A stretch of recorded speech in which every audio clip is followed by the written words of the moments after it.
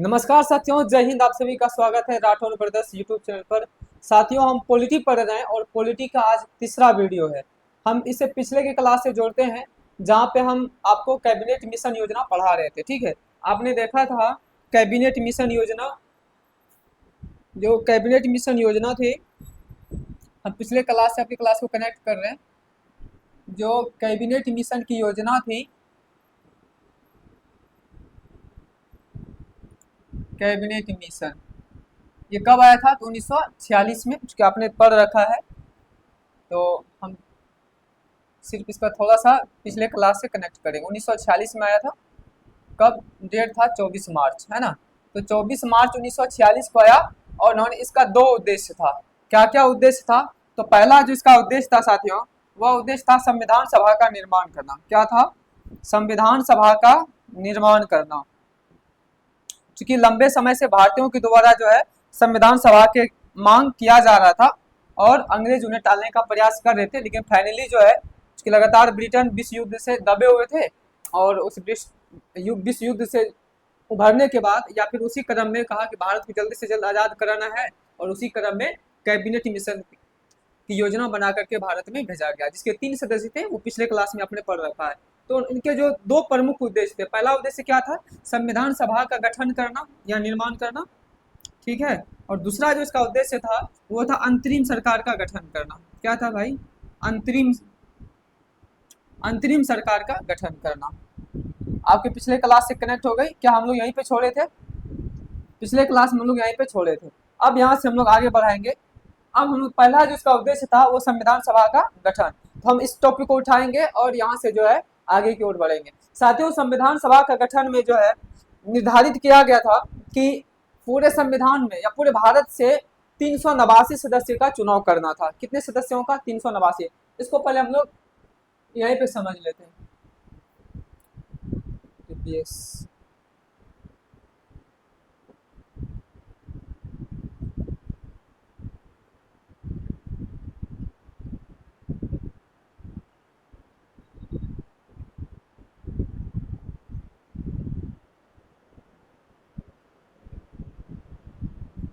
ये देखो, तो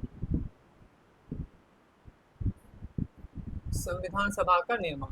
साथियों, यह समझने से पहले हम लोग बोर्ड वर्क करते हैं। बोर्ड पर यह समझने का प्रयास करते हैं कि जो संविधान सभा का जो गठन किया गया था, जो निर्माण किया गया था, इसमें कहा गया कि पूरे भारत देश से जो है कितने सदस्य होंगे? 389 सदस्य होगा। कितना होगा भाई?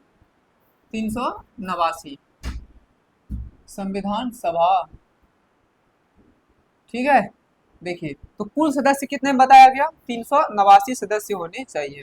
कुल सदस्य कितना? 389। ठीक है, कैसे कैसे होगा, कहाँ कहाँ से कितनी होगी, उसको हम लोग समझते हैं। इससे क्यों हो रहे?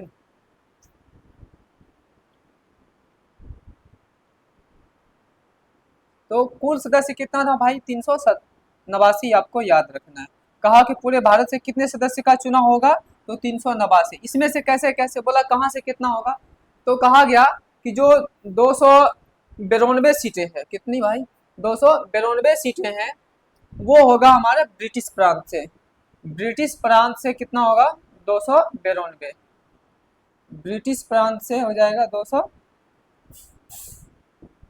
292। और जो है चीफ कमिश्नरी क्षेत्र था, चीफ कमिश्नरी क्षेत्र था साथियों, बोला वहां से 4 सीटें होगा। कितना होगा? 4 सीटें। 4 था चीफ कमिश्नरी क्षेत्र। ये चीफ कमिश्नरी क्षेत्र 4 वो कौन कौन सा था? तो आप इसको शॉर्ट में आप ABCD से याद रख सकते हैं। ABCD और D, है ना। तो A4 क्या हो जाएगा? A4 हो जाएगा अजमेर। क्या हो जाएगा? अजमेर। ठीक है, जो कहाँ पड़ता था उस समय? राजस्थान में। ठीक है, और बी मतलब क्या हो जाएगा? बलूचिस्तान। क्या हो जाएगा भाई? बलूचिस्तान हो जाएगा। ठीक है साथियों, बलूचिस्तान। सी मतलब क्या हो जाएगा? कुर्ग। कुर्ग कहाँ है? कर्नाटक। उस समय के कर्नाटक, आज भी कर्नाटक में ही है। सी मतलब क्या हो गया? कुर्ग हो गया। कुर्ग कहाँ है? कर्नाटक में। D4 दिल्ली, है ना। तो ये 4 चीफ कमिश्नरी क्षेत्र हुए ABCD, अजमेर, बलूचिस्तान, कुर्ग और दिल्ली। ठीक है भाई, आगे बढ़ते। तो कितने सदस्य हो गए? देखो, कुल कहा 389 होगा, जिसमें से 292 सदस्य ब्रिटिश प्रांत से होगा। ये ब्रिटिश प्रांत क्या होता है, तो भारत का वह हिस्सा जहां पर ब्रिटिशों का, है ना, जहां पर ब्रिटिशों का आधिपत्य था, जहां पे ब्रिटिश शासन करते थे, रूल करते थे, बोला वहां से 292 सीटें का चुनाव होगा। और ये कैसे निर्धारित किया गया, ये 389 की बात हुआ साथियों का, प्रत्येक 10 लाख की आबादी पर एक सीटों का आवंटन किया जाएगा। कैसे किया जाएगा, प्रत्येक 10 लाख की आबादी पर। आप इसको लिख लीजिए, 389 हुआ, आप इसमें लिख सकते हैं प्रत्येक 10 लाख, प्रत्येक जो है 10 लाख की आबादी पर, प्रत्येक 10 लाख की आबादी पर, जनसंख्या पर कह सकते हैं, ठीक है। तो प्रत्येक 10 लाख की जनसंख्या पर जो है क्या होगा, वो एक सदस्य का चुनाव किया जाएगा। और इस प्रकार से कुल जो है 389 सदस्यों का चुनाव उसको करना था। 292 हो गए आपके ब्रिटिश प्रांत से, और 4 हो गए चीफ कमिश्नरी क्षेत्र से। और इसके बाद अच्छा कितना हुआ जोड़ के देखो, तो 4 296 हो गया, है ना। और 93 जो बचा, बोला जो देसी रियासतें हैं, उस समय जो अलग अलग राजा रजवाड़े हुआ करते थे, देसी रियासतें, देसी रियासतें,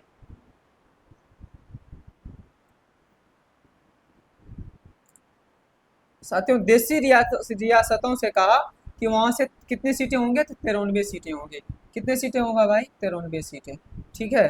तो 93, अब देखिए क्या ये कुल मिला करके 389 पूरा, अब जोड़ के देखिए क्या 389 पूरी गया, जोड़िए, ये 3 4 7 2 9 और 9 9 18 और 2 1 3, क्या 389 पूरी गया। तो क्या कहा कि पूरे 389 सदस्यों का उसका चुनाव करना था प्रत्येक 10 लाख की आबादी पे, जिसमें से 292 सदस्य है ब्रिटिश प्रांत से होगा, ब्रिटिश क्षेत्र से होगा। और जो है 93 सीटें होगी कहाँ से, देसी रियासतों से, जो हमारे राजा रजवाड़े हुआ करते थे वहां से होगा। और 4 होगा कहाँ से, चीफ कमिश्नरी क्षेत्र, जो कि 4 उस समय हुआ करता था, ABCD, ठीक है। ये तब की बात है जब भारत और पाकिस्तान एक में ही मिला हुआ था, उस समय पाकिस्तान अलग नहीं हुआ था। क्यों, अब देख पा रहे हैं कि हम लोग संविधान सभा का गठन कब हुआ, तो 24 मार्च 1946 को, है ना। और संविधान सभा की जो पहली बैठक होगी वो 9 दिसंबर 1946 से स्टार्ट हो जाएगी। उससे पहले की सारी कहानियां चल रही है। अभी अभी बैठक नहीं हो रहा है, बल्कि क्या चल रहा है, संविधान के सभा के सदस्यों को चुनाव किया जा रहा है। ये चुनाव कैसा था साथियों, आपको याद रखना है, अप्रत्यक्ष रूप से चुना गया था। कैसा चुना गया था, अप्रत्यक्ष रूप से, ठीक है। कहाँ लिखे भाई, चलो यहाँ पे लिख दे, चुनाव कैसा था, तो अप्रत्यक्ष रूप से था भाई। चलो ये नहीं चलेगा, वाइट ले लेते, अप्रत्यक्ष रूप से, है ना। तो चुनाव हमारा कैसा था, अप्रत्यक्ष, अप्रत्यक्ष तरीके से चुनाव कराया गया था। अप्रत्यक्ष तरीके से मतलब क्या होगा, क्या हो गया जी, ब्रिटिश प्रांत,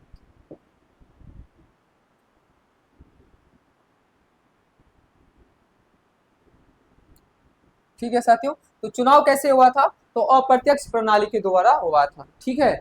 आगे बढ़े, यहाँ तक क्लियर है। तो संविधान सभा के कुल सदस्यों की संख्या 389, देसी रियासतों से 93, चीफ कमिश्नरी क्षेत्र से 4, और जो है ब्रिटिश प्रांत से 292। इतनी बातें क्लियर है। अब देखिए इतना निर्धारित किया गया, अब जब चुनाव हुआ, चुनाव होने के बाद देखते हैं रिजल्ट क्या हुआ। चुनाव साथी होने के बाद पहले, इससे पहले समझिए, ये जो yes,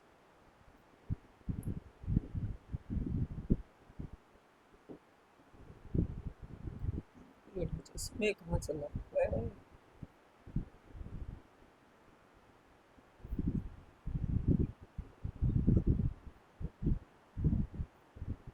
ये देखिए,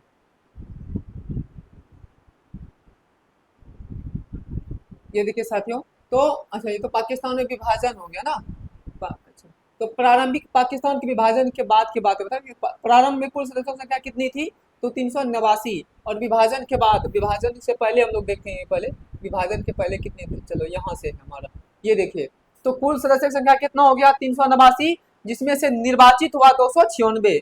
296 मीन्स क्या हो गया, 292 ब्रिटिश प्रांत वाला, और जो है 4 चीफ कमिश्नरी क्षेत्र, है ना। 292 क्या हो गया, ब्रिटिश प्रांत, कौन सा हो गया भाई, ब्रिटिश प्रांत का हो गया। और जो है 4 कितना हो गया, 4 होगा आपका चीफ कमिश्नरी क्षेत्र से, कौन हो जाएगा, चीफ कमिश्नरी, चीफ कमिश्नरी क्षेत्र, जो मैंने आपको बता रखा है कमिश्नरी से, ABCD, है ना, अजमेर, बलूचिस्तान और दिल्ली, और कुर्ग। तो वो चार चीफ कमिश्नरी क्षेत्र था। तो जिसमें से क्या हुआ, इनका चुनाव हुआ, निर्वाचित हुए। और जो 93 सदस्य था साथियों, 93 जो कि देशी रियासतों से था, राजा रजवाड़ों के द्वारा था, उन्होंने उसको नियुक्त करा। क्या करा, नियुक्त करा। वो मनोनीत किए हुए सदस्य थे। क्या थे वो, निर्वाचित नहीं था बल्कि क्या था, मनोनीत सदस्य। तो 93 क्या हो गया, मनोनीत। आगे साथ मिलेगा अभी, कोई बात नहीं, हम यहीं पे लिख देते हैं। तो 292 यहाँ पे हो गया। और जो है 93 सदस्य कितना हो जाएगा, इसमें से 93 हो जाएगा मनोनीत सदस्य। कितना होगा भाई, मनोनीत हो जाएगा 93। क्या इतना बातें क्लियर है, एकदम कैलकुलेशन है। जैसे इलेक्शन होता ना, इलेक्शन हुआ था तो 389 टोटल थी, जिसमें से 292 जो है ब्रिटिश प्रांत से था, 93 देशी रियासतों से था, 4 चीफ कमिश्नरी क्षेत्र से था। तो चुनाव कहाँ पे होगा, जो वहाँ पे ब्रिटिश प्रांत थे 292, और जो है 4 चीफ कमिश्नरी क्षेत्र वहां से टोटल 296 पे चुनाव हुआ। और 93 सदस्यों का देशी रियासतों के द्वारा, राजाओं के द्वारा उसको मनोनीत किया गया। ठीक है भाई, आगे देखते हैं। तो ब्रिटिश प्रांत, तो बता दिया ब्रिटिश प्रांत से 292 हो गया, चीफ कमिश्नरी क्षेत्र से 4, वही है दिल्ली, अजमेर, कुर्ग और बलूचिस्तान। ठीक है, तो मनोनीत सदस्य कितना था, 93 सदस्य क्या था, मनोनीत था देशी रियासतों के द्वारा। क्लियर है इतनी बातें, क्लियर है तो हम आगे बढ़ेंगे। अगर क्लियर है भाई तो हम आगे बढ़े। देखिए अब का चुनाव कब हुआ, तो जुलाई अगस्त में जाकर के चुनाव हुआ। तो चुनाव किस तरीके से हुआ था, अप्रत्यक्ष प्रणाली से। कैसे हुआ था भाई, तो आप देख पा रहे हैं अप्रत्यक्ष। प्रत्येक प्रांत के विधानसभा के सदस्य चुनते थे, है ना। ये जो 389 सदस्य चुना, कौन चुना, तो हर एक विधानसभा, जितने भी विधानसभा था, विधानसभा सभा के सदस्यों के द्वारा संविधान सभा के सदस्यों का चुनाव किया गया था। जैसे देखिए आज भी हम लोग राज्यसभा के सदस्य चुनते हैं ना, क्या राज्यसभा में डायरेक्टली आप भाग लेते हैं, क्या राज्यसभा के चुनाव में डायरेक्टली जो है क्या जनता भाग लेती है, नहीं लेती है ना। वो पार्टी चुनाव करती है, या फिर जो हम लोग जिसको चुन करके भेजते हैं वो उनका चुनाव करता है। जैसे आज भी राष्ट्रपति का आप चुनाव करते हैं, तो राष्ट्रपति का चुनाव आप कौन करते हैं, क्या डायरेक्टली हम लोग करते हैं, नहीं ना। तो हम लोग अप्रत्यक्ष रूप से उसका, हम लोग प्रत्यक्ष रूप से चुने विधानसभा के सदस्यों को और संसद के सदस्यों को। तो संसद जो है अप्रत्यक्ष तौर पे किसको चुन लिया, राष्ट्रपति को चुन लिया। उसी तरह से साथियों संविधान सभा के सदस्यों का चुनाव हुआ अप्रत्यक्ष रूप से। हम लोगों ने किसको चुन के भेजा था, तो जो विधानसभा था उनके सदस्यों को चुन के भेजा, और उन सदस्यों ने संविधान सभा के सदस्यों को वहां से आगे चुना। ठीक है भाई, तो अप्रत्यक्ष हो गए। और का सीटों का वितरण किस प्रकार से हुआ, तो जनसंख्या के आधार पर बता रखे आपको कि प्रत्येक 10 लाख की आबादी पे क्या होगा, प्रत्येक 10 लाख की आबादी पर एक सीटों का निर्धारण किया गया था। क्लियर है, तो परिणाम क्या हुआ, अगर रिजल्ट की बात करेंगे साथियों, रिजल्ट की अगर हम बात करें तो परिणाम में 296 सीटों के लिए चुनाव हुआ। 296 में से अगर पार्टी के आधार पर आप देखेंगे तो 208 सीटें मिला है कांग्रेस को। किसको मिला, देखिए 296 में से 208 सीटें किसको मिली, भारतीय राष्ट्रीय कांग्रेस को मिला।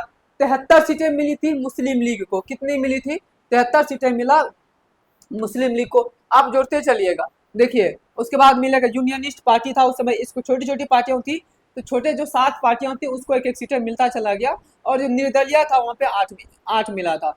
तो कृषक प्रजा पार्टी एक थे, मुस्लिम लीग ये स्वतंत्र वाला है, एक मुस्लिम लीग ये अलग है ना, ये मुस्लिम लीग अलग पार्टी है। अनुसूचित जाति फेडरेशन एक, यही अनुसूचित जाति फेडरेशन जो है ये था अम्बेडकर जी वाला, है ना। तो अम्बेडकर जी के जो पार्टी थी वो था अनुसूचित जाति फेडरेशन। इनके भी पार्टियां एक सीटें यहाँ पे चुनाव जीत करके आई है। ठीक है भाई, और देखिए छोड़िए 1 2 3 4 और ये 8, हालांकि और भी इसमें छोटी छोटी और पार्टियां होती तो 7। तो जो छोटी छोटी पार्टियां थी वो और 7 पार्टी ने एक एक सीट जाकर के जीता था, और 8 सीटें जो है निर्दलीय जीती गई थी। तो कितना हुआ, जोड़ो आप, तो 208 सीटें कांग्रेस को मिल गई, हम लोग इसको जोड़ लेते हैं। उसके बाद 73 सीटें मुस्लिम लीग को मिला, इसको जोड़ लेते हैं। 7 सीटें जो है छोटी छोटी पार्टियों को मिला, वो जोड़ लेते हैं। और 8 सीटें जो है निर्दलीयों को मिला, इसको जोड़ लेते हैं। जब आप इसको जोड़ेंगे तो आपका पूछ जाएगा कितना, 296। आप बोलेंगे 389 क्यों नहीं, क्योंकि 389 में से 93 सदस्य तो मनोनीत किया गया है ना, राजा रजवाड़ों के द्वारा, देशी रियासतों के द्वारा। तो चुनाव हुआ 296 पे, हमारा 296 पूरना चाहिए। आप कैलकुलेशन करिए, जोड़िए, तो कितना हो जाएगा, 8 7 15, 15 3 18, 8 26, इसके बाद 7 2 9, उसके बाद 2। देखिए क्या पूर गया, 296। चुनाव के बाद ही उसका रिजल्ट हुआ था 296। ठीक है भाई, तो 296 सदस्य इस प्रकार से चुन करके आए, जिसमें से मुस्लिम लीग को मिला था 73, कांग्रेस को 208, छोटी छोटी पार्टियों को, चाहे वो यूनिनिस्ट पार्टी हो, इसके बाद जो है यूनिनिस्ट पार्टी, मुस्लिम लीग जो है, उसके बाद कृषक प्रजा पार्टी, मुस्लिम लीग स्वतंत्र और जो है अनुसूचित जाति फेडरेशन, यहाँ से इनको और 2-3 छोटी और पार्टियां थी। ये हम लोग देख लें पार्टी के आधार पे। दूसरी अगर हम ये बात करें कि जाति के आधार पर अगर बात किया जाए, है ना, अगर जाति या धर्म के आधार पर अगर बात करेंगे साथियों, तो पता चलेगा कि सामान्य में, है ना, जो जनरल था उसमें से 213 सीटें मिली। हम इसी की बात करेंगे, 296 की बात कर रहे हैं, यहाँ भी देखिए 296 सीटों का ही बात कर रहे हैं। तो यहाँ हम लोगों ने देखा पार्टी के आधार पर ना किस पार्टी को कितना मिला। अगर हम ओवरऑल की बात करें, पार्टी की बात ना करें, तो पता चलेगा कि 208 सीटें, है ना, तो सॉरी 213 सीटें मिली जनरल को, और मुस्लिम लीग को मिला था, मुस्लिम को मिला 79, और सिख को मिला था 4, उसमें से 15 महिलाओं को मिला, और SC शेड्यूल कास्ट को मिला 26, और ST को मिला 33। आप जोड़ के देखिए क्या 296 पूरा रहा है, जोड़िए तो 3 6 9 5 14 4 18 18 9 27, गड़बड़ हो गया का जी, 27 3 30, 1 मिनट जोड़ो भाई, ये 208 समान 3 6 3 9 5 14 14 4 18, मुस्लिम 18 3 21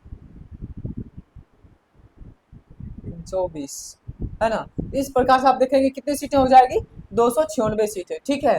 तो हम लोगों ने देखा पार्टी के आधार पर। दूसरा आपसे जो क्वेश्चन पूछा जाता है ये पूछा जाएगा कि महिलाओं को कितने सीटें मिली थी, तो 15। सबसे ज्यादा ये क्वेश्चन पूछा जा रहा है महिलाओं को 15। अभी देखें पिछले क्वेश्चन में दरोगा में ये SC वाला पूछ दिया था, SC या ST वाला, है ना, दोनों ध्यान, ये 3 को ध्यान रख लीजिएगा कि 15 महिला, SC 26, ST 33। आप कंफ्यूज नहीं करेंगे, आपके दिमाग में सवाल आएगा शायद कि SC जो है SC ज्यादा होना चाहिए, ST कम होना चाहिए। ऐसा नहीं है, यहाँ पे जो ST ज्यादा है 33, यहाँ पे ST है, और जो है SC जो है 26 है, SC 26 है, और जबकि ST कितनी है 33 है, महिला 15 है। महिला कितनी है 15 है भाई, ठीक है। आगे बढ़ते हैं, आगे देखेंगे तो भारत में संविधान सभा के सदस्य की बात करें तो एकमात्र साम्यवादी नेता था जिसका नाम क्या था, आपने सुना होगा, सोमनाथ लाहिरी। एकमात्र साम्यवादी नेता था सोमनाथ लाहिरी, और संविधान सभा ही कांग्रेस है, और कांग्रेस ही संविधान सभा है साथियों। यह कथन किसका था, बहुत ही फेमस कथन है, इसके बारे में अक्सर क्वेश्चन पूछा जा रहा है, आप इसमें स्टार मार्क कर लीजिए कि संविधान सभा ही कांग्रेस है और कांग्रेस ही संविधान सभा है। यह कथन स्टेटमेंट किसका था, है ना। चूंकि उस समय क्यों ऐसा कहा गया कि आप देखें कि 296 में से, है ना, 296 का चुनाव हुआ था, और 296 में से 208 सीटें किसको मिली थी, किसको मिला था भाई, तो कांग्रेस को मिला था। किसको मिला था, कांग्रेस को।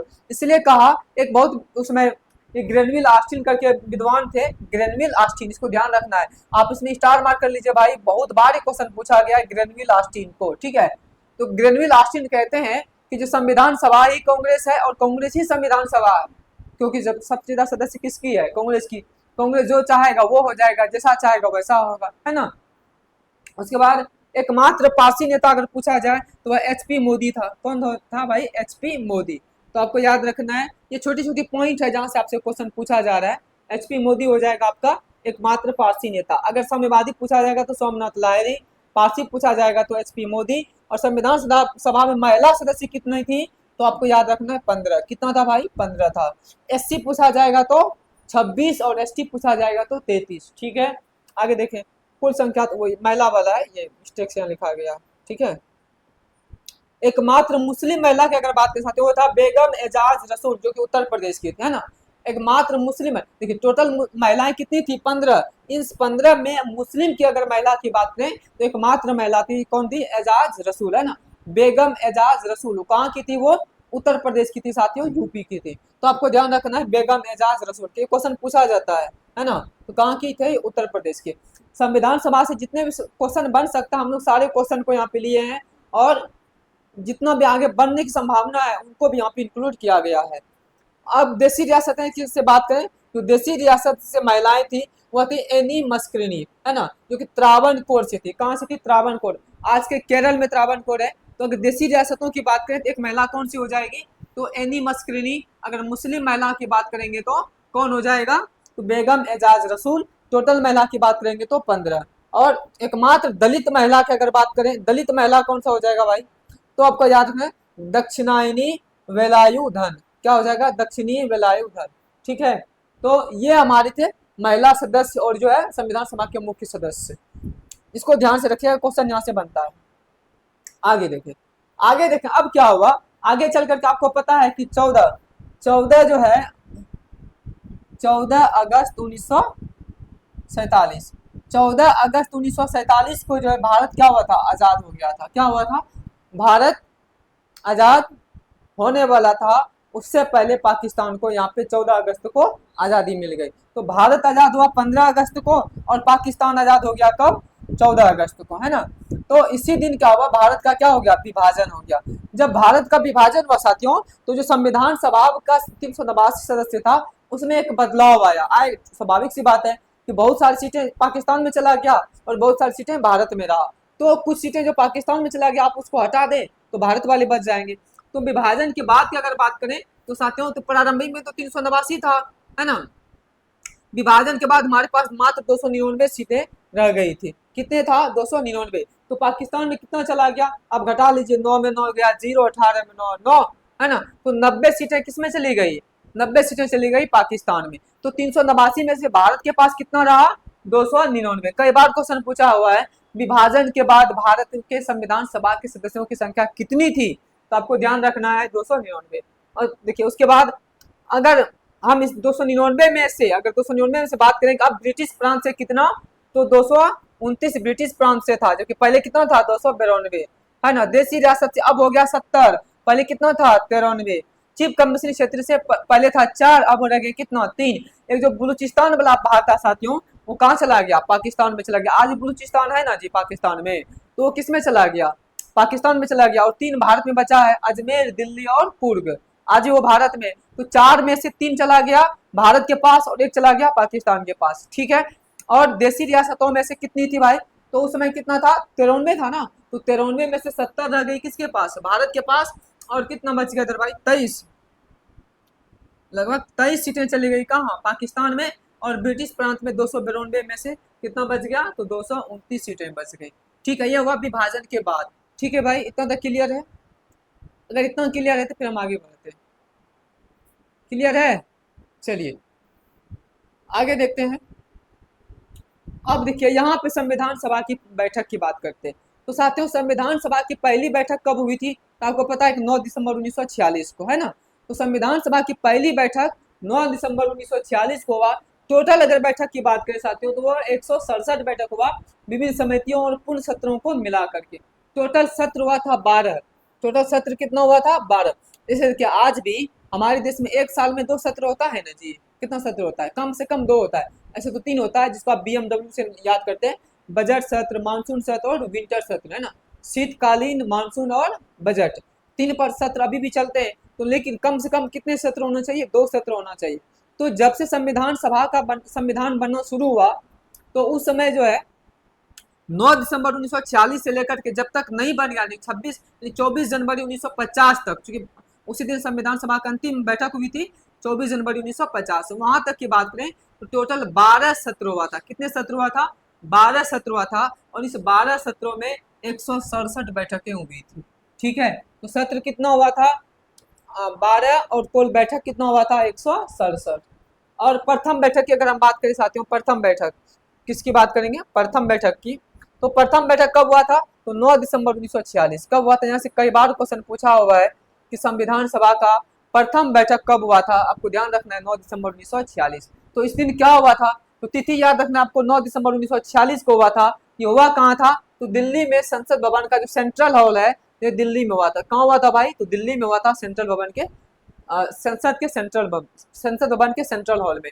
कितने बजे, देखिए आज भी अगर आप देखेंगे संसद की जो कार्रवाई शुरू होता है वो 11 बजे से शुरू होता है कि नहीं होता है, होता है ना जी। तो 11 बजे से शुरू होता है। और यह परंपरा आज का नहीं है, जब संविधान सभा चल रहा था उस समय पहली दिन जो पहला बैठक हुआ था वो 11 बजे ही स्टार्ट हुआ था। इसलिए वही उसी परंपरा को आगे बढ़ाते हुए आज भी संसद में पहला बैठक जो होती है वो 11 बजे से ही स्टार्ट होता है। ठीक है भाई, तो कितने बजे से होगा, 11 बजे से। ठीक है, तो पहले दिन कितने सदस्य उपस्थित थे, तो टोटल था कितना भाई 299। 299 में से पहले बैठक में 211 सदस्य उपस्थित थे। कितने सदस्य थे 211 सदस्य थे। और 211 में अच्छा अगर आप लक्ष्मीकांत पढ़ेंगे ना साथियों, लक्ष्मीकांत में इस नंबर को 207 दिया हुआ है और एनसीईआरटी में भी आपको 200 ये एनसीईआरटी में 207 दिया हुआ है और लक्ष्मीकांत को अगर आप पढ़ेंगे तो उसमें 211 दिया हुआ है उपस्थिति बैठक में। अगर कितनी बैठक पूछेगा कि कितने सदस्य उपस्थित थे प्रथम बैठक में, तो अगर एनसीईआरटी की बात माने तो 207 होता है। अगर हम लोग लक्ष्मीकांत की बात करेंगे तो वहाँ पे 211 दिया हुआ है। ठीक है चलिए, तो हालांकि अगर आप ज्यादा माने तो आप चाहे तो 207 को रख सकते हैं, 207 ही पूछा जाएगा। ऑप्शन के अनुसार आप देख लीजिएगा, अगर ऑप्शन में 207 है तो आपको वही कलेक्ट करना है, और नहीं तो फिर 211 आप मानेंगे। अब देखिए, अब इन सभी सदस्यों को किसने आमंत्रित किया था, किसने बुलाया था साथियों, तो आपको ध्यान रखना है आमंत्रण किया था सबको एचबी आयंगर ने। कौन किया था एचबी आयंगर ने। क्यों किया था, क्योंकि यही संविधान सभा का सचिव था उस समय, है ना। आज भी लोकसभा का सचिव होता है ना, उस समय संविधान सभा का भी सचिव होता था।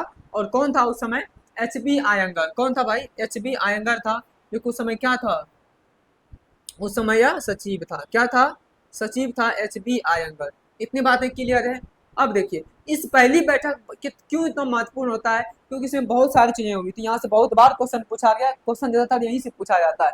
तो जो पहला अध्यक्षता हुआ था सदस्यों का, संविधान सभा के जो पहले अध्यक्ष हुए थे वो थे सच्चिदानंद सिन्हा। कौन थे, डॉक्टर सच्चिदानंद सिन्हा थे, जो कि अस्थायी थे। कैसा था, अस्थायी थे। आज भी जब निर्वाचित लोकसभा जब चुनाव होकर के जाता है, नए नए होता है, तो उसको शपथ दिलाने का काम करता है प्रोटेम स्पीकर, है ना।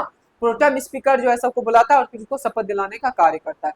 प्रोटेम स्पीकर कौन होता है, तो वरिष्ठ सदस्य होता है, जो जो उस लोकसभा में जो सबसे वरिष्ठ सदस्य होता है। तो वरिष्ठ सदस्य कैसे, क्या उम्र के आधार पे, क्या ज्यादा पढ़े लिखे के आधार पे, नहीं, कौन कितनी बार अधिक बार चुनाव जीत करके संसद भवन गया है, इसके आधार पे जो है इसका ये निर्धारित किया जाता था कि कौन वरिष्ठ सदस्य है। तो उस समय जो था वो डॉक्टर सच्चिदानंद सिन्हा था, है ना, जो सबसे वरिष्ठ था और उन्होंने ही संविधान सभा की पहली अध्यक्षता किया था।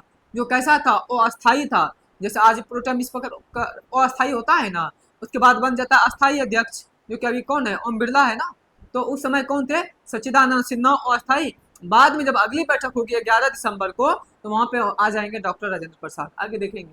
तो यह अस्थायी अध्यक्ष थे डॉक्टर सच्चिदानंद सिन्हा, जो कि फ्रांसीसी प्रथा के अनुसार। एक कैसी प्रथा थी भाई, फ्रांसीसी प्रथा थी, कि जहाँ पे जो है वरिष्ठ सदस्यों को ही मौका मिलता था कि जो आप जो है क्या करेंगे, उन्हें अध्यक्षता करेंगे। तो पहला अध्यक्षता किसने किया था, तो सच्चिदानंद सिन्हा ने किया था। और ये कैसे अध्यक्ष थे, तो ये अस्थायी अध्यक्ष थे। कैसा अध्यक्ष था भाई, अस्थायी था। ये प्रथा कहाँ की चली आ रही थी, तो फ्रांस की चली आ रही थी। अब सबसे वरिष्ठ सदस्य, इनका नाम जो है प्रस्ताव, अच्छा यह प्रस्ताव किसने दिया था, डॉक्टर सच्चिदानंद सिन्हा ही पहली संविधान सभा के अध्यक्षता करेंगे।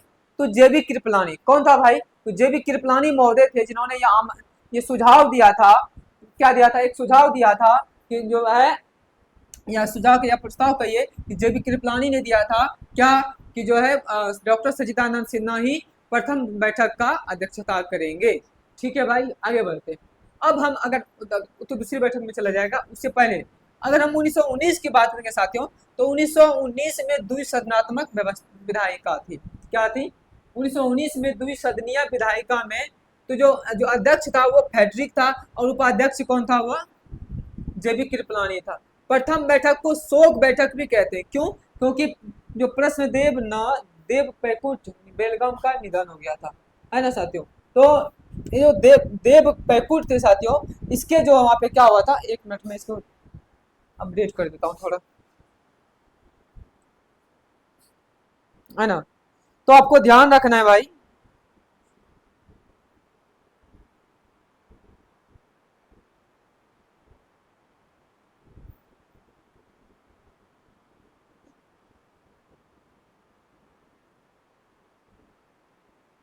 संविधान सभा। तो आगे बढ़े, तो अस्थायी अध्यक्ष कौन थे, ये उपाध्यक्ष की अगर बात करेंगे तो फ्रैंक एंथोनी। कौन थे भाई, फ्रैंक एंथोनी को आपको याद रखना है। अगर अस्थायी पूछा जाएगा तो, अगर उपाध्यक्ष, अगर अध्यक्ष पूछा जाएगा तो सच्चिदानंद सिन्हा, अगर उपाध्यक्ष पूछा जाएगा तो फ्रैंक एंथोनी। कौन था भाई? Frank Anthony. ठीक है, याद रहेगा आपको, फ्रैंक एंथोनी। और दूसरी, अगर 25 जनवरी 1947 को जो उपाध्यक्ष था वह था एच.सी. मुखर्जी। कौन था? एच.सी. मुखर्जी। और ये निर्वाचित थे। कैसा था? निर्वाचित थे। और जुलाई 1947 को उपाध्यक्ष था टी.टी. कृष्णामाचारी। कौन था? टी.टी. कृष्णामाचारी। ठीक है, इतनी बात क्लियर है आपको? तो आपको ध्यान रखना, क्वेश्चन पूछा जाता है किस बैठक को जो है शोक बैठक कहा जाता है? संविधान सभा के किस बैठक को शोक बैठक कहा जाता है?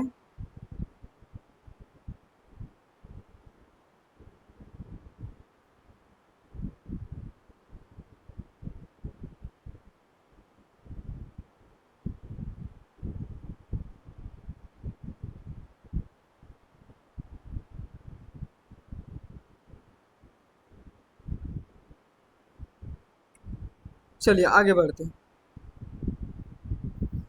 आगे अगर देखा जाए साथियों, तो दूसरी बैठक, पहला बैठक आपने देख रखा, तो पहला बैठक से तो जो है ज्यादातर क्वेश्चन पूछे जाते हैं। अब उसके बाद जो दूसरी बैठक की बात करते हैं, पहला बैठक कब होगा? 9 दिसंबर 1946 को।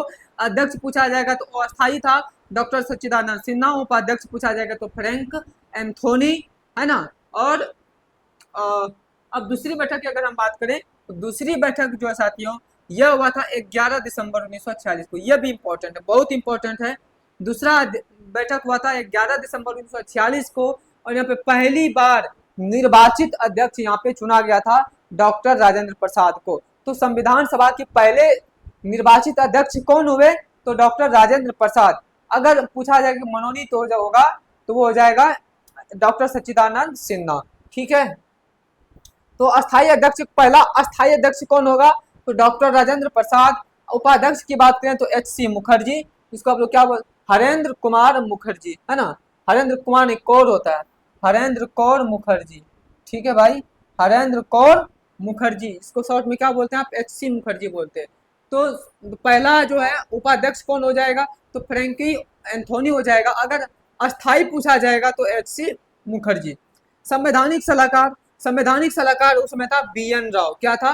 बी.एन. राव, जिसको आप शॉर्ट में बी.एन. राव बोलते हैं। पूरा नाम हो जाता है इसका बेनेगल नाथ राव। क्या हो जाता है? बेनेगल नाथ राव, है ना। बेनेगल नरसिंह राव, बेनेगल नरसिंह राव, यह उसका पूरा नाम हो जाता है बी.एन. राव का। आपसे शॉर्ट नाम भी पूछा जाता है बी.एन. राव, ये आपको ध्यान में रखना है, बेनेगल नरसिंह राव। एक होता है एम.एन. राय, वो आगे देखेंगे, वो संवैधानिक सलाहकार। ये संवैधानिक सलाहकार था ना, ये बी.एन. राव। अब एक क्वेश्चन और पूछा जाता है आपसे, वो था कि संवैधानिक सलाहकार बी.एन. राव, एक एम.एन. रॉय के बारे में क्वेश्चन पूछा जाता है। एम.एन. रॉय जो है, यहाँ से भी एक क्वेश्चन आपसे पूछा जाता है, एम.एन. रॉय, है ना। यह थे, एक तो ये समाजवादी नेता थे, साम्यवादी। कैसा नेता था भाई? साम्यवादी नेता थे। कैसा नेता था? साम्यवादी नेता थे। ठीक है, कैसा नेता था? मानवेंद्र नाथ राव, साम्यवादी नेता थे। ठीक है, तो ये दूसरी बैठक होगी। अगर हम तीसरी बैठक की बात करेंगे, तो ये दूसरी बैठक जितना इंपॉर्टेंट है उसके बाद जितना इंपॉर्टेंट नहीं है। तीसरी बैठक इसलिए इंपॉर्टेंट हो जाता है क्योंकि यहाँ पे पहली बार जो है, पहली बार तो ये कब हुआ था? 13 दिसंबर 1946 को हुआ था। अब जो दूसरी महत्वपूर्ण बातें आपसे क्वेश्चन पूछा जाता है कि पंडित जवाहरलाल नेहरू द्वारा इसी बैठक में जो है उद्देश्य प्रस्ताव को पेश किया था। पहली बार उद्देश्य प्रस्ताव पेश किया था कहाँ पे? उद्देश्य प्रस्ताव पेश किया था जवाहरलाल नेहरू ने। इसमें 8 बिंदु था। कितना बिंदु था भाई? 8 पॉइंट में अपने उद्देश्य प्रस्ताव रखा था। आज भी हमारे संविधान में प्रस्तावना है ना, हम भारत के लोग भारत को, है ना। तो वो जो है उद्देश्य प्रस्ताव यहीं से बनकर निकल के आया था, हमारे जवाहरलाल नेहरू के द्वारा पेश किया गया था। कब? तो 13 दिसंबर 1946 को संविधान सभा की तीसरी बैठक में। ठीक है, अब लेकिन जब इसको स्वीकृति मिला था 22 जनवरी 1947 को। कब स्वीकृति मिला? 22 जनवरी 1947 को संविधान सभा द्वारा सर्वसम्मति से इसको स्वीकार किया गया। और यह प्रस्ताव जो है भारतीय संविधान की प्रस्तावना का आधार बना। आज भी क्वेश्चन पूछा जाता है कि भारतीय संविधान में जो प्रस्तावना है उसका आधार क्या है? तो उसका आधार है साथियों पंडित जवाहरलाल नेहरू का उद्देश्य प्रस्ताव, जो कि 13 दिसंबर 1946 को संविधान सभा में नेहरू द्वारा, है ना, जवाहरलाल नेहरू द्वारा जो उद्देश्य प्रस्ताव पेश किया था उसी को आधार बन करके आज भी हमारा प्रस्तावना तैयार किया गया है। क्लियर है? आगे बढ़ते, कुल हमारे पास आगे देखें तो अब जो है कुछ समितियों हम लोग देखते हैं। तो संविधान बनेगा कैसे? तो संविधान बनाने के लिए कई समिति बनाई गई है ना। तो जो उसमें से जो सबसे प्रमुख समिति था वो था हमारा प्रारूप समिति। कौन सा था? प्रारूप समिति, ड्राफ्टिंग कमेटी। सबसे इंपॉर्टेंट कमेटी था भाई वो कौन सा था? तो प्रारूप समिति। कौन सा था? प्रारूप समिति, ड्राफ्टिंग कमेटी। तो इसको ध्यान रखना है, ड्राफ्टिंग कमेटी। यहाँ से जो आपसे क्वेश्चन पूछा जा रहा है वो पूछा जाता है कि प्रारूप समिति का अध्यक्ष कौन है ना, कि प्रारूप समिति का अध्यक्ष कौन है। तो आपको ध्यान रखना है वो कौन था? डॉक्टर भीमराव अंबेडकर, बाबा साहब डॉक्टर भीमराव अंबेडकर इस प्रारूप समिति का अध्यक्ष थे। और इसमें 7 सदस्य था। कितना सदस्य था भाई? तो 7 सदस्य इसमें था, है ना। तो 2 बात हमको ध्यान में रखना है। तो पहली बात है क्या हो जाएगी? अध्यक्ष कौन था? अंबेडकर साहब थे, है ना। कितने सदस्य थे? 7 सदस्य। 7 सदस्यों का नाम कभी कभी इसमें पूछ दिया जाता है क्योंकि सबसे महत्वपूर्ण कमेटी में से एक कमेटी था, है ना। तो ये 29 अगस्त 1947 को गठन हुआ। देखो आजाद कब हमारा भारत? 15 अगस्त को, है ना। 15 अगस्त 1947 को आजाद हुआ और ये जो है 29 अगस्त 1947 को इस प्रारूप कमेटी का गठन किया गया। तो आपको ध्यान, कई बार क्वेश्चन पूछा हुआ है इस प्रारूप समिति का गठन कब हुआ था? तो 29 अगस्त 1947 को। ठीक है, तो पूरा नाम क्या हुआ? प्रारूप संविधान समीक्षा समिति। हम लोग शॉर्टकट में प्रारूप समिति बोल देते हैं, इसका जो पूरा नाम हो जाता है वो होता है प्रारूप संविधान समीक्षा समिति, है ना। और इनका जो अपना पहला प्रारूप तैयार था वह 21 फरवरी 1948 को इसका पहला प्रारूप तैयार हुआ। और संविधान का पहला जो प्रारूप था वो बी.एन. राव ने बनाया था। किसने बनाया था? बी.एन. राव, बेनेगल नरसिम्हा राव ने ही संविधान सभा का पहला प्रारूप तैयार किया गया था। लेकिन क्या होता, जिसे स्वीकार नहीं किया गया, क्या हुआ? जिसे स्वीकार नहीं किया गया, लेकिन उसी को मॉडिफाई करके एक नया संविधान का प्रारूप बनाया डॉक्टर भीमराव अंबेडकर के द्वारा, जिसे आज भी स्वीकार किया जा रहा है ना। बाद में जो क्या हुआ कि डॉक्टर अंबेडकर द्वारा, है ना, अंबेडकर जी के प्रारूप को तैयार किया गया और उस प्रारूप को क्या हुआ? स्वीकार किया गया। अगर आगे बात के साथ हमको बता ही रखें कि जो अध्यक्ष थे वो डॉक्टर भीमराव अंबेडकर थे, है ना। भीमराव रामजी अंबेडकर, डॉक्टर भीमराव अंबेडकर। ठीक है भाई, आगे कितने सदस्य था? तो 7 सदस्य थे। कितना था? अध्यक्ष को लेकर के 7 था, 7 प्लस 1 नहीं था बल्कि टोटल 7 था। 6 सदस्य प्लस 1 अध्यक्ष था। अगर हम 7 सदस्य की बात करेंगे तो 7 सदस्य में से कौन कौन हो जाएगा? तो कभी कभी यहाँ से क्वेश्चन पूछ देता है, आपको याद रखना है एन गोपाल स्वामी आयंगर, है ना, अलादी कृष्णा स्वामी अय्यर, डॉक्टर के एम मुंशी, सैयद मोहम्मद सादुल्ला, है ना, सैयद मोहम्मद सादुल्ला, एन माधवराव। और जो है बाद में क्या हुआ साथियों, जो एन माधवराव था इसके जगह पे आ गया था बी.एल. मित्तल आ गया था, है ना। बी.एल. मित्तल के जगह पे आया था एन माधवराव। कौन आया था? एन माधवराव। इसके पहले कौन था? बी.एल. मित्तल। ये जब हट गए तो फिर आए। उसके बाद जो टी.टी. कृष्णामाचारी या डी.पी. खेतान की जगह पे आए थे। इसका निधन हो गया था, इसके जगह पर कौन आ गया? तो टी.टी. कृष्णामाचारी। तो 7 सदस्य पूर गया आपका। तो पहला तो अंबेडकर हो गए, दूसरा हो जाएगा आपका गोपाल स्वामी आयंगर, तीसरा होता है अलादी कृष्णा स्वामी अय्यर, है ना, चौथा आपका के एम मुंशी, और पांचवा होता है सैयद मोहम्मद सादुल्ला, छठा होता है एन माधवराव, और सातवां होता है टी.टी. कृष्णामाचारी। तो ये 7 सदस्य आपके प्रारूप समिति के थे, जहां से क्वेश्चन आपसे पूछा जाता है। ठीक है, आगे बढ़ते हैं। अगर आगे की बात करें साथियों तो इसके अलावा और भी कमेटी थी, है ना। संविधान बनाने के लिए कई कमेटी का निर्माण किया गया था, उसमें से सबसे ज्यादा प्रमुख था वो था प्रारूप समिति। लेकिन इसके अलावा भी और समिति है जिससे आपसे क्वेश्चन पूछा जाता है, जैसे संचालन समिति था, झंडा समिति था, तदर्थ समिति था, अल्पसंख्यक समिति था। वहां से कुछ क्वेश्चन पूछे जा रहे हैं। जैसे देखिए, आप इसको साथ में नोट करते चलेंगे। तो पहला तो क्या हो गया था? संघ शक्ति समिति। यहाँ से हम आपको एक ट्रिक बताते। देखिए, अगर कहीं भी पूछा जाए संघ से संबंधित अगर पूछा जाए, है ना, तो आपको चुपचाप जवाहरलाल नेहरू लगा देना है। जहां भी होगा संघ से संबंधित वह कौन हो जाएगा? जवाहरलाल नेहरू, है ना। तो संघ शक्ति समिति हो जाएगा जवाहरलाल नेहरू। यहाँ भी देखिए संघ है, संघ संविधान समिति जवाहरलाल नेहरू। जहां भी आपको संघ दिखे वहां पे आपको क्या करना है? जवाहरलाल नेहरू ही लगाना है। देख लिया आपने, संघ शक्ति समिति, संघ संविधान समिति। उसके बाद अगर बात करें साथियों जिसे हम राज्यों के लिए भी समिति बनाया गया था जवाहरलाल नेहरू के द्वारा। 3 तो जवाहरलाल नेहरू हो गया। अब देखें अगर प्रांतीय की बात करें, अगर प्रांतीय संविधान समिति की बात करेंगे, जो राज्यों को जो मिलाने का कार्य किया था, प्रांतों को एकीकरण करने का जिम्मेदारी सरदार पटेल को दिया गया था।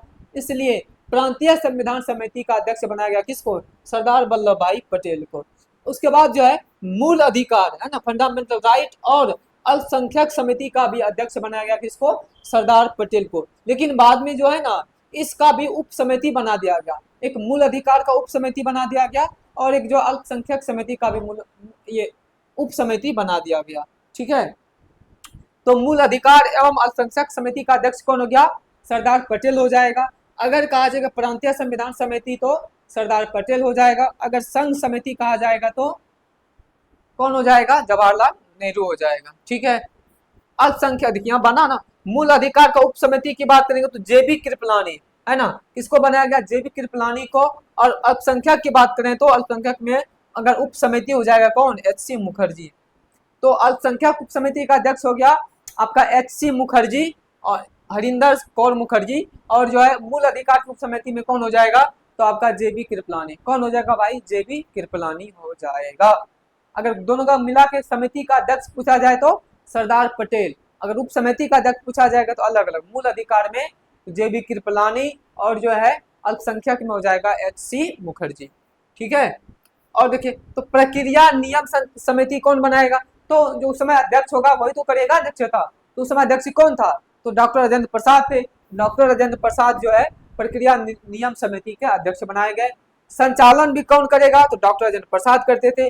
तो प्रक्रिया नियम समिति पूछे या संचालन समिति पूछे कौन हो जाएगा? डॉक्टर राजेंद्र प्रसाद हो जाएगा। अगर कार्य संचालन के पूछा जाए, कार्य संचालन के पूछा जाए तो कौन सा हो जाएगा? के.एम. मुंशी हो जाएगा। कौन हो जाएगा? के.एम. मुंशी हो जाएगा। सदन समिति की बात करें तो पट्टाभी सीतारमैया है ना, पट्टाभी सीतारमैया सदन समिति के अध्यक्ष थे। राष्ट्रीय ध्वज समिति का अध्यक्ष, राष्ट्रीय ध्वज समिति तदर्थ समिति था डॉक्टर राजेंद्र प्रसाद है ना।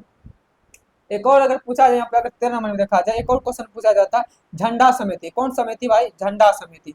अगर पूछा जाए कि झंडा समिति का सदस्य कौन था, अध्यक्ष कौन था, तो झंडा समिति का था आपका जेबी कृपलानी। कौन था भाई?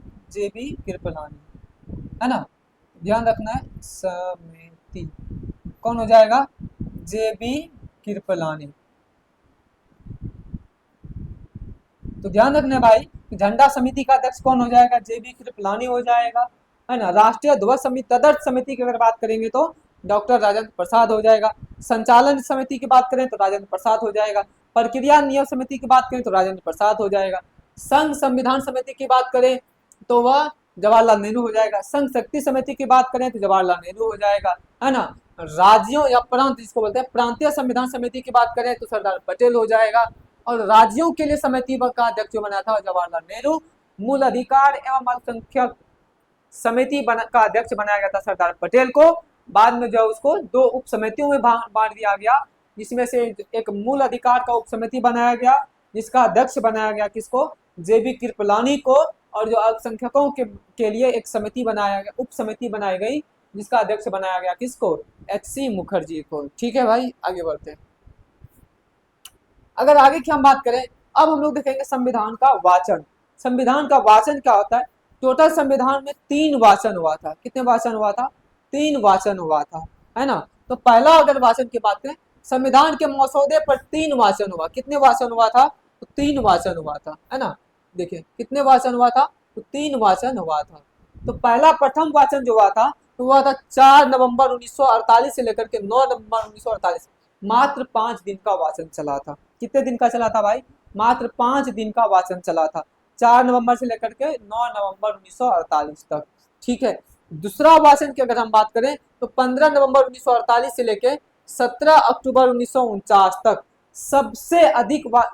सबसे अधिक समय तक चलने वाला वाचन था दूसरा वाचन। कितना चला था? लगभग 11 महीने के आसपास में चला था, लगभग 11 महीने चला था। सबसे लंबा चलने वाला पूछा जाता है क्वेश्चन, सबसे अधिक है ना लंबे समय तक चलने वाला कौन सा वाचन था? तो दूसरा था। कब यह शुरू हुआ था? यह शुरू हुआ था 15 नवंबर 1948।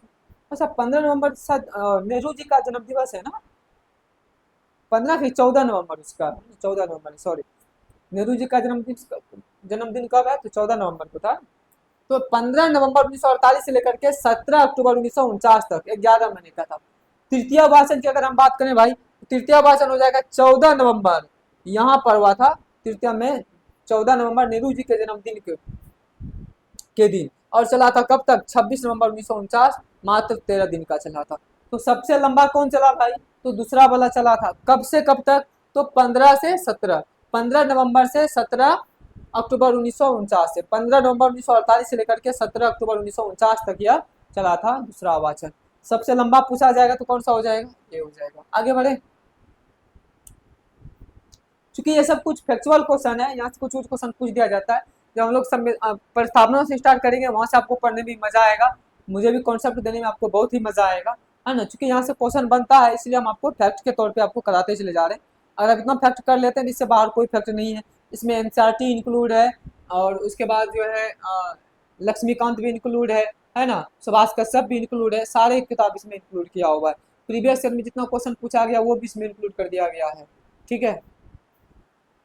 अब देखिए, संविधान का अंगीकार, संविधान का अंगीकार करना और जो है संविधान का स्वीकार करना और संविधान का लागू करना, है ना, सब अलग अलग बातें, उसको समझते हैं। तो संविधान का अंगीकार क्या कब किया गया था? अगर आप प्रस्तावना पढ़ेंगे संविधान का, उसमें लास्ट में लिखा गया था कि संविधान सभा के द्वारा आज तारीख 26 नवंबर 1949 ईस्वी मिति मार्गशीर्ष शुक्ला सप्तमी को हम अपनी संविधान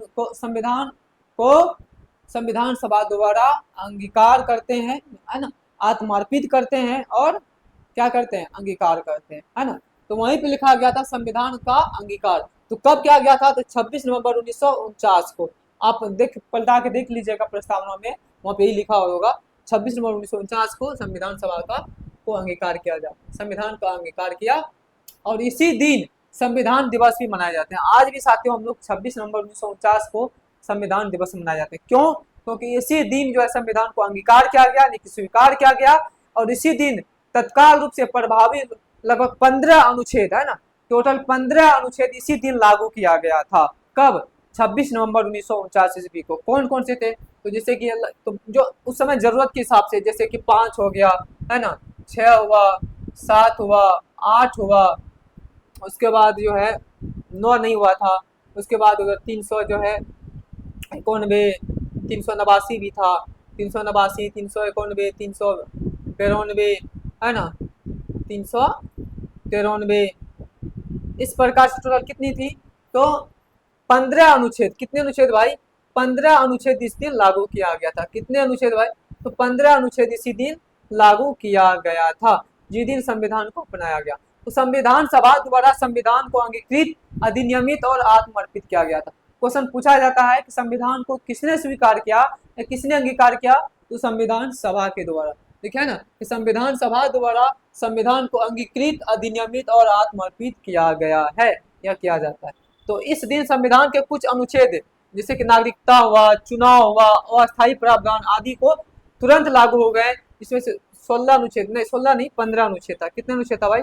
15 अनुच्छेद, जैसे 5, 6, 7, 8, 9, 60, 324, 366, 67, 379, 380, उसके बाद 388, 391, 392, 393, 394, ये तुरंत लागू हो गया। और शेष जो है 26 जनवरी 1950 ईस्वी को यहाँ से पूर्णतः संविधान लागू होगा।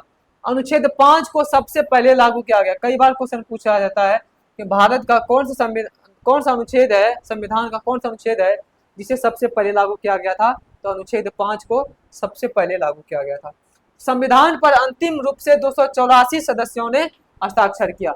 जब संविधान की अंतिम बैठक हुई थी संविधान सभा का 24 जनवरी 1950 ईस्वी को, तो वहां पे 284 सदस्यों ने, कितने में से? तो 299 में से, 299 में से 284 सदस्यों ने क्या किया? हस्ताक्षर किया। ठीक है, क्लियर है भाई? तो संविधान पर हस्ताक्षर कितने सदस्यों का हुआ? तो 284 सदस्यों का। कितने में से? 289 में से। ठीक है, यहाँ तक क्लियर है? आगे देखते हैं। आगे है संविधान का अंतिम बैठक। तो संविधान का अंतिम बैठक कब हुआ था? तो 24 जनवरी 1950 को। कब हुआ था भाई? 24 जनवरी 1950 को संविधान का अंतिम बैठक हुआ था। संविधान सभा की अंतिम बैठक हुई थी। इसी दिन डॉक्टर राजेंद्र प्रसाद को भारत का पहला राष्ट्रपति चुना गया।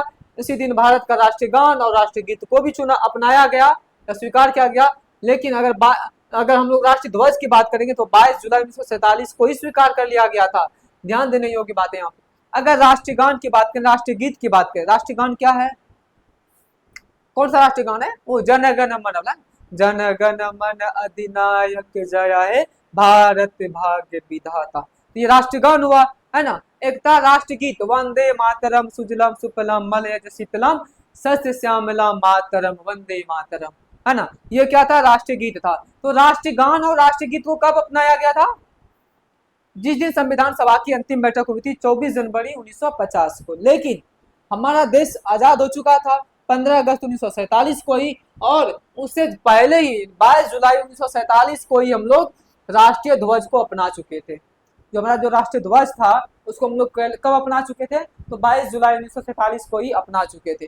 संविधान सभा में 284 सदस्यों ने संविधान की तीन प्रतियों बनाई गई। एक तो अंग्रेजी में बनाया गया, दूसरा हस्तलिखित और अंग्रेजी में मुद्रित हुआ, और एक हिंदी में हस्तलिखित। ठीक है, तो कितनी प्रतियों बनाया गया भाई, 3 प्रतियों बनाया गई। पहला तो एक अंग्रेजी में बनाया गया, फिर दूसरा उसको हिंदी में लिखा गया, एक हस्तलिखित, एक तो टाइपिंग हुआ हिंदी में, दूसरा हाथों से लिखा होगा। तो 3 प्रतियां बनाई गई, अंग्रेजी, हिंदी और दूसरा लिखा होगा। अब हम बात करते हैं पूर्ण संविधान लागू होना।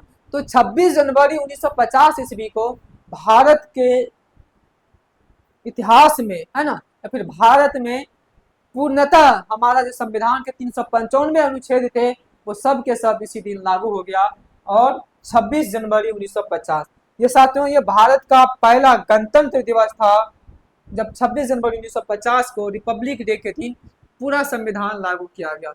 26 जनवरी 1950 ही क्यों, क्योंकि याद करो जब आप इतिहास में पढ़े होंगे या फिर आगे पढ़िएगा कि 26 जनवरी 1930 ईस्वी को ही कांग्रेसों के द्वारा, है ना, हमारे भारतीय राष्ट्रीय कांग्रेस थे उस समय के, तो उनके द्वारा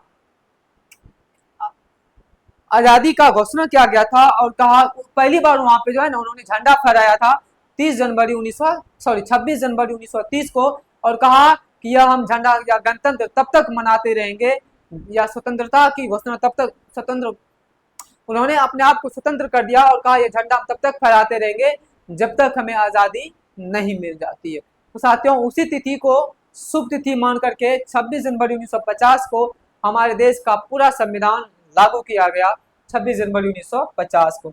इसमें कहा कि क्या जो मुख्य चीजें था वो कहा कि भारत क्या होगा, पहली बात एक संप्रभु कंट्री होगा। क्या होगा भाई, एक संप्रभु कंट्री होगा। संप्रभु का मतलब क्या होता है वो हम आगे प्रस्तावनाओं में देखेंगे। तत्काल में समझ लीजिए स्वयं का प्रभु। स्वयं का प्रभु का मतलब क्या होगा, जो अपना डिसीजन, चाहे वो आंतरिक डिसीजन हो चाहे वो बाहरी डिसीजन हो, वो स्वयं ले सके, उसको क्या बोलेंगे, संप्रभु। दूसरी बात है कहा कि भारत एक धर्मनिरपेक्ष देश होगा। क्या होगा, धर्मनिरपेक्ष होगा। हालांकि बाद में इस धर्मनिरपेक्ष को जो है ना नाम बदल करके पंथ निरपेक्ष कर दिया गया था। 42वां संविधान संशोधन 1976 के द्वारा जो है इस धर्मनिरपेक्ष के जगह पे पंथ निरपेक्ष हो गया था। क्या हुआ था, पंथ निरपेक्ष कर दिया गया। दोनों एक ही चीज है। इंग्लिश में देखेंगे तो उसमें भी सेकुलर था और आज भी सेकुलर ही है ना। इंग्लिश में पंथ निरपेक्ष को सेकुलर ही बोलते हैं, धर्मनिरपेक्ष को भी सेकुलर ही बोलते हैं। ठीक है, तो इंग्लिश में कोई फर्क नहीं पड़ा। तो पहली बात है क्या थी, भारत एक संप्रभु होगा। दूसरा क्या होगा, वह धर्मनिरपेक्ष होगा। और क्या कहा कि एक समाजवादी देश होगा। कैसा होगा, समाजवादी। समाजवादी का अर्थ क्या होता है साथियों, कि हमारे देश में उपस्थित समाज में बैठे हुए अंतिम वर्गों तक मुझे पहुंचना है ना, अंतिम वर्गों तक न्याय देना है और अंतिम वर्गों के व्यक्तियों का उत्थान करना है। यही समाजवाद का सिद्धांत है। क्या कहा, संप्रभु होगा, समाजवादी होगी, धर्मनिरपेक्ष होगा, और कैसा होगा, लोकतांत्रिक होगा। कैसा होगा, लोकतांत्रिक होगा, और साथ ही साथ गणराज्य होगा। क्या होगा, लोकतांत्रिक गणराज्य होगा। लोकतांत्रिक गणराज्य का अर्थ क्या होगा, कि जो भारत का जो प्रमुख होगा, जो हेड होगा, जो राष्ट्रपति हैं, उनका चुनाव जो है निर्वाचित द्वारा चुना जाएगा, ना कि उसको मनोनीत किया जाएगा। उसका नियुक्ति कैसे होगी, तो निर्वाचित होगी, ना कि मनोनीत होगा। ठीक है, चलिए आगे बढ़ते हैं। आगे देखें साथियों, संविधान में लगा समय और खर्च, तो कितना संविधान में कितना समय लगा था, तो 2 वर्ष 11 महीना 18 दिन, तो सबको पता है 2 वर्ष 11 महीना 18 दिन लगा था। और 9 दिसंबर 1946 से लेकर के 26 नवंबर 1949 तक। लेकिन अगर हम लोग बात करेंगे 26 जनवरी तक या फिर 24 जनवरी, है ना, जो 26 जनवरी तक की अगर बात करेंगे तो आपका 3 वर्ष 1 महीना 18 दिन लग चुका था। 3 वर्ष 1 महीना 18 दिन लगा था। कब? 26 जनवरी 1950 तक की बात करेंगे तो।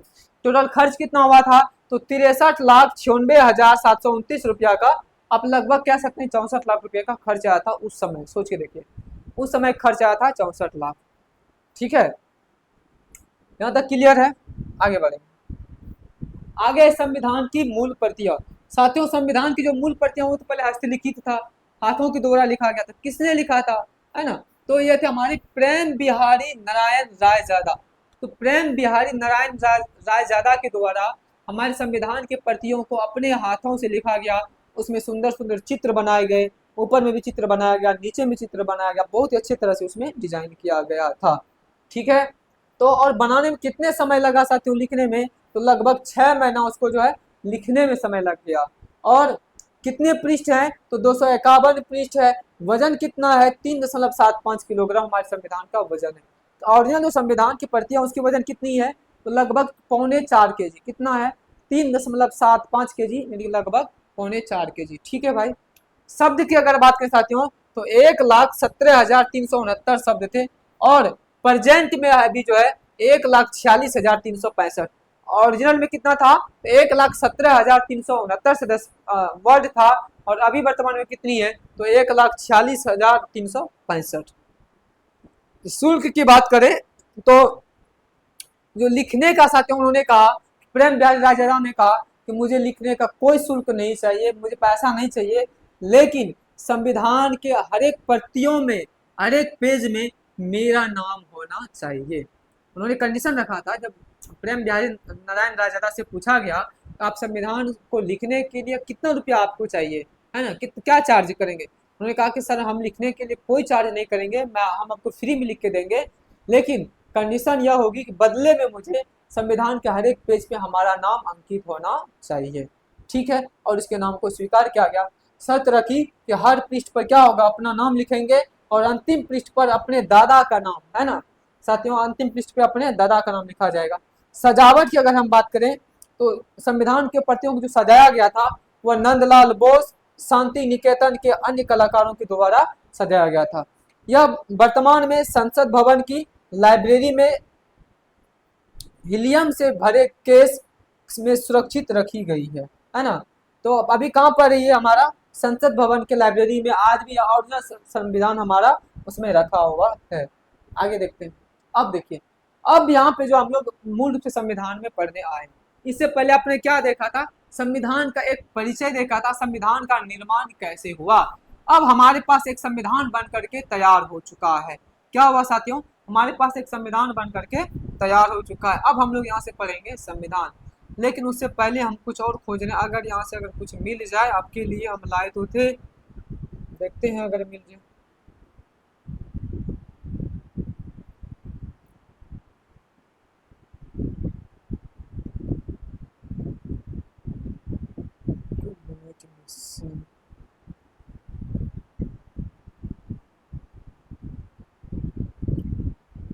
समिति को हम लोग देख ही लीजिए, वाचन को हम लोग देख लिए हैं, अंगीकार कर लिया।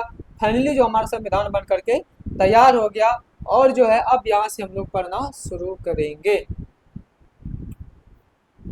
लेकिन अन्य देशों के संविधान में से तुलना अनुच्छेद संख्या, ये तो हो चुकी है हमारी, ये तो हो रखा है। चलिए यहाँ पे आते हैं सब। देखिए, चलिए इस पेज में देखें, जब हमारा संविधान बन करके तैयार हुआ था तो संविधान में देखिए क्या क्या था, है ना। संविधान जो बन के तैयार उसमें क्या था, तो हमारे पास एक भारी भरकम, बड़ा सा भारी भरकम एक संविधान बन करके तैयार हुआ, जिसमें से कहा गया कितने भाग हैं भाई, तो 22 भाग हैं। संविधान में कितनी भाग हैं? 22 भाग हैं। टोटल कितनी भाग है? तो 22 भाग है भाई। कितनी भाग है? 22। आपको ध्यान रखना है संविधान में कितनी भाग है। मूल संविधान में भाग है 22, लेकिन वर्तमान में कितनी है? 25। कितनी है? 25। लेकिन नए भाग के जुड़ने और कुछ के हटाए जाने के बाद। और लेकिन 25 का कदम के अनुसार आप गिनेंगे तो काउंटिंग में आपके 25 आ जाएगा, लेकिन नंबर में नहीं बढ़ा हुआ है। नंबर में आज भी कितना है, 22 है। कुल संविधान में कितने भाग हो गए, 22। अनुच्छेद पूछा जाएगा तो 395, अनुसूची पूछा जाएगा तो पहले 8 अभी 12। तो अनुच्छेद कितना है, तो 395 हो गए। वर्तमान में गणना के अनुसार अगर आप गणना करेंगे, काउंटिंग करेंगे तो 470 से भी अधिक अनुच्छेद हमारे पास हो चुका है। कितना हो गया है, 470 से भी अधिक हो चुका है। लेकिन मूल संविधान में कितने अनुच्छेद थी, तो 395। कितना था भाई, 395। भाग पूछा जाएगा तो 22 भाग था, है ना। और अगर अनुसूची की बात करें तो अनुसूची में 8 अनुसूचियां थी, वर्तमान में 12। क्या था, 12 अनुसूचियां थी। साथियों, जो हमारे भारत का संविधान है, दुनिया का सबसे बड़ा लिखित संविधान है। क्या है, दुनिया का सबसे बड़ा लिखित संविधान है। हम लोग पिछले क्लास में इसका तुलना भी करके देखे थे कि नहीं देखे थे ना, कि संख्या के आधार पे, अनुच्छेद के आधार पे, वर्ड्स के आधार पे, है ना, सारे हम लोग तुलना किए हुए थे पिछले क्लास में। तो विश्व में सबसे बड़ा लिखित संविधान किस देश के हैं, तो भारत का संविधान। ठीक है साथियों, कितने भाग है हमारे पास, 22 भाग है। और अगर काउंटिंग में देखेंगे तो 25 भाग हो जाएगा। अनुसूची कितनी है, तो मूल संविधान में 8 और वर्तमान में 12। और अनुच्छेद की बात करें तो मूल संविधान में 395 और वर्तमान की बात करें तो काउंटिंग में 470 से भी अधिक संशोधित अनुच्छेद हो चुके हैं। यहाँ तक क्लियर है। अब यहाँ से हम लोग संविधान का जो पहला चैप्टर होता है साथियों, वो होता है प्रस्तावना। क्या होता है, प्रस्तावना। ठीक है, तो हम लोग प्रस्तावना को पढ़ेंगे और देखते हैं, अगर टाइम बचा हो तो आज करेंगे, तो हम लोग कल करेंगे। ये क्या, अन्य देशों की तुलना तो हम लोग कर ही चुके हैं। कुछ और देशों की अगर बात करें साथियों, देख लीजिए थोड़ा सा इस चीज को। तो भारत में 395 अनुच्छेद है, कनाडा में 147 अनुच्छेद है, ऑस्ट्रेलिया में 128 अनुच्छेद है, दक्षिण अफ्रीका में 253, अमेरिका में मात्र 7 अनुच्छेद है। कितने अनुच्छेद है, अमेरिका में 7। अमेरिका वाला कभी कभी पूछ दिया जाता है, आप इसको स्टार लगा सकते हैं, और ये सब तो कभी नहीं पूछा जाएगा। भारत वाला 395 और अमेरिका वाला 7, और ये सब उतना काम का नहीं है। फिर भी चलिए, अगर आप ध्यान रखना चाहें तो रख सकते हैं, नहीं तो कोई जरूरत नहीं। ठीक है साथियों, तो यहाँ पर आज क्लास को हम लोग यहीं पे रखेंगे, और आगे हम लोग कल से आपको पढ़ने में मजा आएगा। कल हम लोग पढ़ेंगे प्रस्तावना। कल से जो हम वास्तव में आपका मूल संविधान स्टार्ट होगा, कल से आपको पढ़ने में मजा आएगा। अगले क्लास से आपको देखेंगे कि संविधान में कैसे एक अलग दृष्टिकोण से संविधान को पढ़ा जा सकता है, कैसे हम लोग प्रस्तावना को पढ़ेंगे। हम लोग सारी चीजों को देखेंगे अगले क्लास में। तब तक के लिए सभी को जय हिंद, सभी को ढेर सारे नमस्कार और सभी का ढेर सारे धन्यवाद। आप लगातार इस YouTube चैनल से जुड़े रहेंगे, राठौर ब्रदर्स YouTube चैनल पर, जहाँ पे जो है निःशुल्क रूप से पूरे बिहार दरोगा, चाहे वो पीटी हो चाहे वो मेंस हो, निःशुल्क रूप से तैयारी कराई जाएगी। कंधे से कंधे मिलाकर, कदमों से कदम मिलाकर के आपके साथ चलने का प्रयास किया जाता है ना। बस जरूरत है कि आपके प्रयासों का आप भी हमारे साथ कंधे से कंधा मिलाकर चलें, और राठौर ब्रदर्स चैनल आपके सिलेक्शन के लिए वचनबद्ध है, कटिबद्ध है। साथियों, हमने जो भी आपको पढ़ाया अभी, ये सारी चीजें हमारे आपके टेलीग्राम चैनल पे मिल जाएगा। प्रिंटेड फॉर्म में आपको नोट्स मिल जाएगा। हम लोग समय के साथ में MCQ भी सॉल्व करेंगे। सारी चीजें आपको इसी प्लेटफॉर्म पे मिलेगा। आप बताएंगे कि आपको ये क्लास कैसी लगी, कमेंट बॉक्स में आप बताएंगे। कोई सुझाव अगर देना चाहें तो आप कमेंट बॉक्स में दे सकते हैं। और इस क्लास से जुड़ने के लिए आप इस चैनल को सब्सक्राइब कर लीजिएगा, लाइक जो भी होता है वो सब देख लीजिएगा, ताकि आप लगातार क्लास कर पाएं। चलिए, सभी को जय हिंद, सभी का ढेर सारे धन्यवाद।